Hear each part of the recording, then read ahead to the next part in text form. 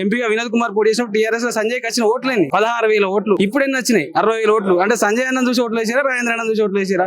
ఆయన ఆత్మవిమర్శన చేసుకోవాలి తప్ప పిచ్చి పిచ్చిగా మాట్లాడితే ఇంకా నెక్స్ట్ టైం గెలుస్తారని నా ఒక అవకాశం కూడా పడగొట్టుకుంటాను. 100% ఇది నిజమన్నా. కాకపోతే ఆయనకు అర్థం కావట్లేదు. రాజేంద్ర అన్న కూడా ఇంకా ఎన్ని రోజులు కష్టపడతారు, ఆయనతో 2 రోజులు కష్టపడతాం. కాకపోతే ఈ పార్టీలో అయితే విలువ ఇచ్చే ఛాన్సెస్ అయితే కనబడట్లేదు. అంటే ఇప్పుడు మరి ఎందుకు ఈ వర్గపోరు ఎందుకు స్టార్ట్ అయిందంటారు? అసలు దేని వల్ల ఇప్పుడు వర్గపూర్ దేనికి స్టార్ట్ అయిందంటే, ఇప్పుడు రాజేంద్ర అన్న సీఎం అయితే ఇప్పుడు రాజేంద్ర అన్నకు అధ్యక్ష పదవి ఇచ్చిండు అనుకో, రాజేంద్ర అన్నకు పాత పరిచయాలు బాగున్నాయి. బీసీలు అందరినీ కలుపుకొని వీళ్ళని ఒంటరి చేస్తాడన్న భయానికి రాజేంద్ర అన్న అధ్యక్ష పదవి నుంచి తప్పించిండు.